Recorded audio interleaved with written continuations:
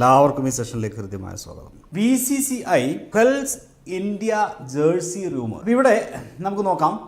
BCCI അല്ലേ, നമ്മുടെ cricket ബോർഡിൻ്റെ പേരാണ് BCCI, board of cricket control of cricket in India. Okay, quells. അപ്പോൾ ഇവിടെ നമുക്ക് കിട്ടുന്ന ഒരു പ്രധാനപ്പെട്ട വൊക്കാബുലറി ഒന്ന് ക്വെൽസ് ആണ്. മറ്റൊന്ന് ജേഴ്സി, നിങ്ങൾക്കറിയാം അല്ലേ, പ്ലെയേഴ്സ് ഇടുന്ന ജേഴ്സി.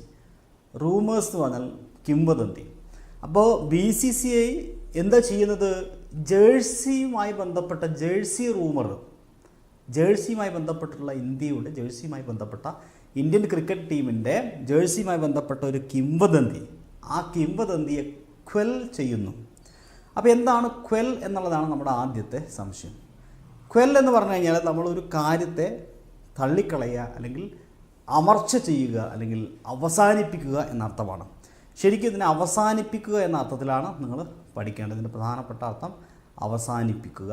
പിന്നെ അമർച്ച ചെയ്യുക എന്ന അർത്ഥത്തിലും, എന്തെങ്കിലും ഒരു എന്താ പറയുക, റൂമർ ഉണ്ടായി, അല്ലെങ്കിൽ ഒരു സംവാദം, അല്ലെങ്കിൽ ഏതെങ്കിലും തരത്തിലുള്ള ഒരു ആരോപണം ഉണ്ടായി, അതൊക്കെ അടിച്ചമർത്തുന്നതിന്, അല്ലെങ്കിൽ അമർച്ച വരുത്തുന്നതിന്, അവസാനിപ്പിക്കുന്ന ഒരു റൂമറിനെ, അല്ലെങ്കിൽ എന്താ പറയുക, ആ ഒരു പ്രശ്നത്തെ ഇല്ലാതെയാക്കുന്നതിന്, അവസാനിപ്പിക്കുന്നതിനെയാണ് ക്വെൽസ് എന്ന് പറയുക.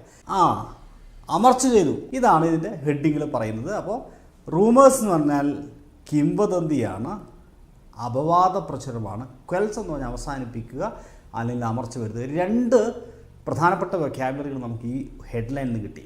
ഇനി നമ്മളിതിൻ്റെ ഓരോ പാരഗ്രാഫിലേക്ക് കിടക്കുകയാണ്. ചെറിയ ന്യൂസാണ്, ചെന്നൈ ബേസ് ചെയ്തിട്ടുള്ള റിപ്പോർട്ടാണ്. In the lead up to the March, much anticipate, March അല്ല കേട്ടോ, in the lead up to the much anticipated World Cup game between India and Pakistan at Ahmedabad Narendra Modi Stadium on October 14. ഇത്രയും ഭാഗം നമുക്ക് എടുക്കാം. എന്താ ഇതിൻ്റെ അർത്ഥം? In the lead up to, ഇത് ശരിക്കും ഒരു ഫ്രേസാണ്. ദ ലീഡ് അപ്പ് ടു എന്ന് പറയുന്നത് ഒരു ഫ്രേസാണ് ഇംഗ്ലീഷിലെ. ഇങ്ങനത്തെ കുറേ ഫ്രേസുകളിലുള്ള അറിവ് കൂടിയാണ് നമ്മളെ ഭാഷയിൽ മിടുക്കന്മാരാക്കുന്നത്. Okay, in the lead up to എന്ന് പറഞ്ഞു കഴിഞ്ഞാൽ ആരംഭത്തിൽ, അല്ലെങ്കിൽ അതിൻ്റെ തുടക്കത്തിൽ എന്തെങ്കിലും ഒരു സംഗതി നടക്കാൻ പോകുന്ന ഒരു കാര്യത്തിൻ്റെ മുന്നോടിയായിട്ട്. ഓക്കെ, അപ്പോൾ in the lead up to ഇങ്ങനെ തന്നെ പഠിച്ചു വെച്ചോളൂ. അതാണ് ആ ഫ്രേസ് മുഴുവനായിട്ട് ഓർത്തിരിക്കാൻ. ശരിക്കും ലീഡപ്പ് എന്ന് പറയുന്ന വേർഡാണെങ്കിൽ കൂടിയും ഇൻ ദ ലീഡപ്പ് ടു എന്ന് ഓർത്ത് വെച്ചോളൂ. ലീഡപ്പ് എന്ന് പറഞ്ഞാൽ മുന്നോടിയായ സമയമാണ്. പക്ഷേ ആ ഫ്രേസ് അത് യൂസ് ചെയ്യുന്നത് ഇൻ ദ ലീഡപ്പ് ടു എന്നാണ് യൂസ് ചെയ്യുക. എന്തിൻ്റെ? മച്ച് ആൻറ്റിസിപ്പേറ്റഡ് വേൾഡ് കപ്പിൻ്റെ മുന്നോടിയായിട്ട്. ഇപ്പം ഞാൻ പറയാം ക്രിസ്മസിൻ്റെ മുന്നോടിയായിട്ട്. അപ്പം നിങ്ങൾ എങ്ങനെ പറയും? ഇൻ ദ ലീഡ്, ഓണാഘോഷത്തിൻ്റെ മുന്നോടിയായിട്ട്. In the lead up to the celebration of Onam, അല്ലെങ്കിൽ in the lead up to the Onam celebration. അപ്പോൾ അതൊരു ഫ്രേസാണ്. അത് കൃത്യമായിട്ടൊന്ന് ഓർത്തിരിക്കണം. പത്രങ്ങളിൽ അല്ലെങ്കിൽ ലേഖനങ്ങളിൽ ഒക്കെ കാണാറുള്ളതാണ്. The much anticipated. ഈ ആൻറ്റിസിപ്പേറ്റ് എന്ന് പറഞ്ഞാൽ നിങ്ങൾക്കറിയാം, മുൻകൂട്ടി കാണുക. എന്തെങ്കിലും ഒരു കാര്യത്തെ മുൻകൂട്ടി കാണുന്നതിനെയോ പ്രതീക്ഷിക്കുന്നതിനെയോ നമ്മൾ ആൻറ്റിസിപ്പേറ്റ് എന്ന് പറയും. എന്നാൽ എപ്പോഴും പത്രങ്ങളിൽ കാണാം ഒരു ഫ്രേസ്. എന്താ phrase? Much anticipated world cup game between India and Pakistan.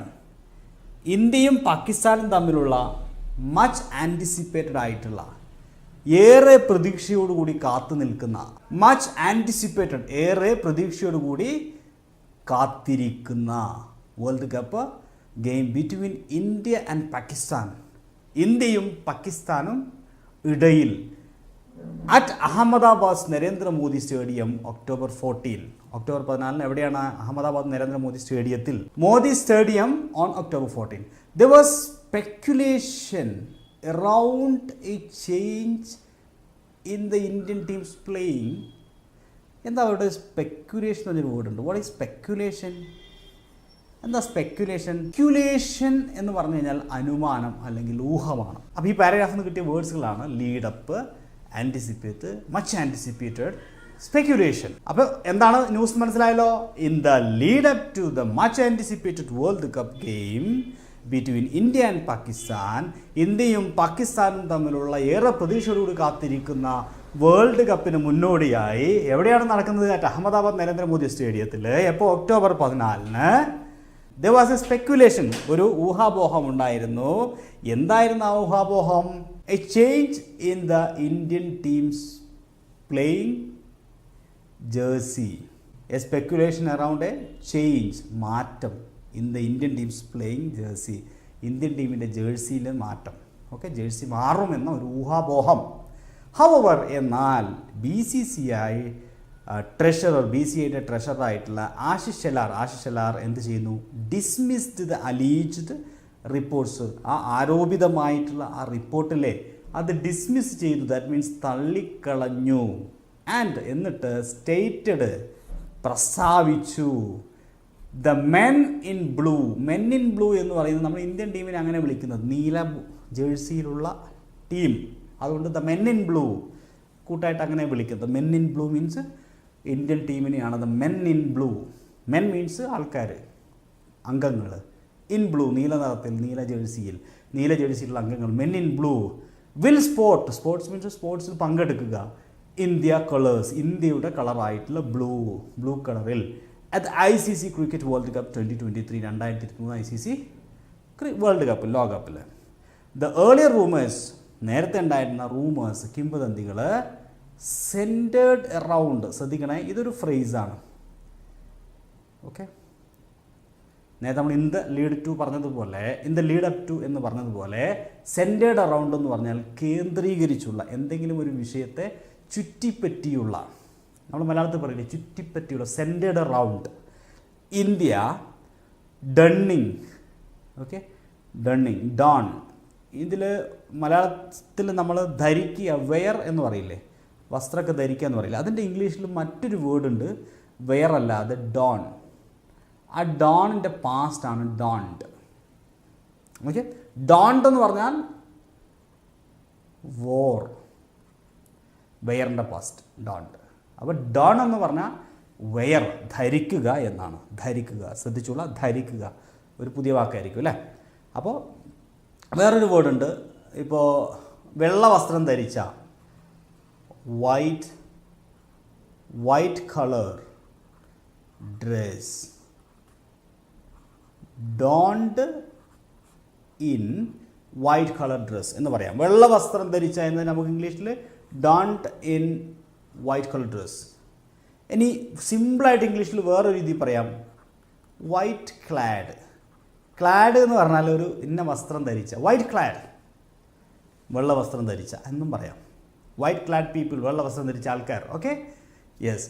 അപ്പോൾ അങ്ങനെ ക്ലാഡ് എന്ന് പറയുന്നൊരു വേർഡ് യൂസ് ചെയ്യാറുണ്ട്. പിന്നെ നമ്മൾ വെയർ, ധരിക്കുക. പിന്നെ ഒരു ഫ്രേസൽ വെർബുണ്ട്, ധരിക്കുക എന്നുള്ളതിന് പുട്ടോൺ എന്ന് പറഞ്ഞാലും ധരിക്കുക എന്നാണ്.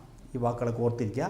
അപ്പോൾ ഏതൊക്കെയാണ് നമ്മൾ പഠിച്ച വേർഡ്സ്? ഒന്ന് പുട്ടോൺ, സിമ്പിളായി യൂസ് ചെയ്യുന്ന വേർഡ് വെയർ. ഇപ്പോൾ നമ്മൾ പഠിച്ചത് ഡോൺ, അതിൻ്റെ പാസ്റ്റ് ഡൺ അല്ലേ, ഡണ്ട്. ഓക്കെ, പിന്നെ clad, donned equal to clad. Okay, ഇനി നമ്മുടെ പോയിന്റിലേക്ക് വരാം. ദ ഏർലി റൂമേഴ്സ്, നേരത്തെ ഉണ്ടായിരുന്ന റൂമർ എന്താ? India donning an orange, India orange അല്ലെങ്കിൽ സാഫ്രോൺ എന്ന് പറഞ്ഞാൽ എന്താ? കുങ്കുമ നിറമുള്ള അല്ലെങ്കിൽ കാവി നിറമുള്ളതിനെ സാഫ്രോൺ എന്ന് പറയാം. Jersey in its dual against. Dual എന്ന് പറഞ്ഞു കഴിഞ്ഞാൽ മത്സരം അല്ലെങ്കിൽ നമ്മൾ യുദ്ധം, ഏറ്റുമുട്ടൽ, ദ്വന്ദ്വയുദ്ധം, അംഗം.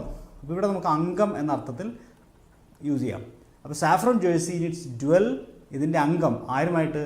എഗനസ്റ്റ് പാകിസ്ഥാൻ. അപ്പോൾ പാകിസ്ഥാനുമായിട്ട് എതിരെയുള്ള ഡ്യുവലിൽ, യുദ്ധത്തിൽ, അംഗത്തിൽ ഇവർ ഓറഞ്ച് അല്ലെങ്കിൽ സാഫ്രോൺ കളറിലുള്ള ജേഴ്സി ധരിക്കുമെന്നായിരുന്നു ഏർലി റൂമർ.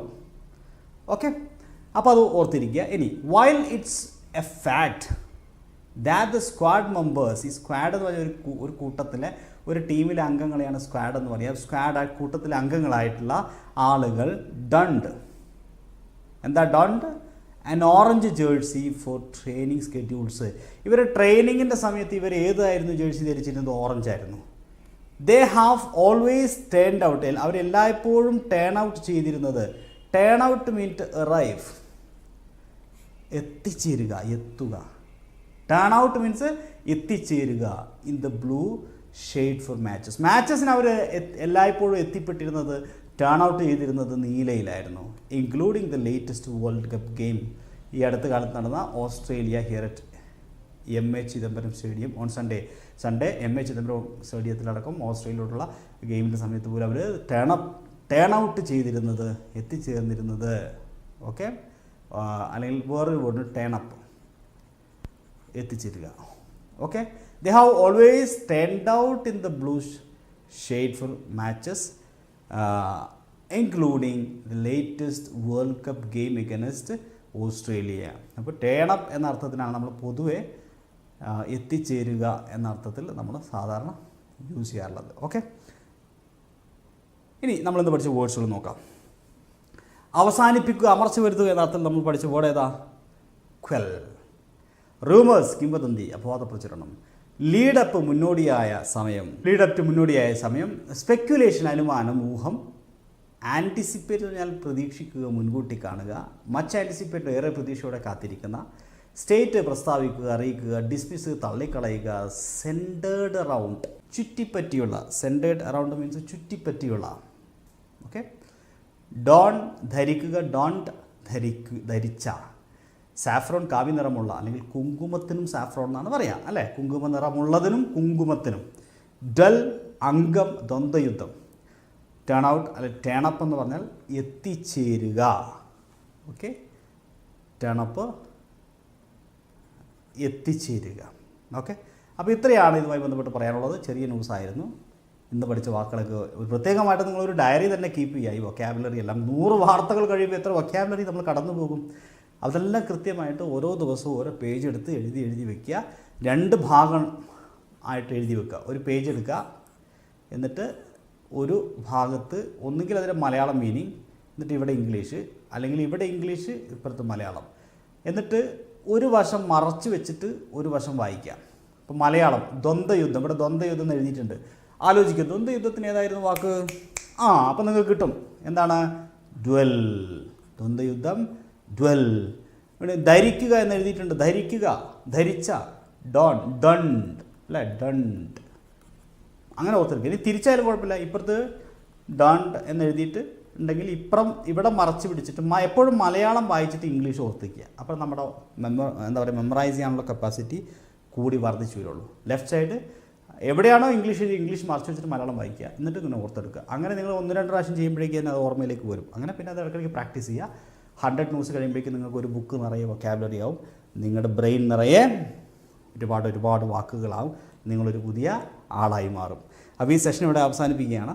വീണ്ടും മറ്റൊരു വാർത്തയുമായിട്ട് നാളെ രാവിലെ 11 മണിക്കാണ്. Wish you all the best. Thank you. Have A nice day.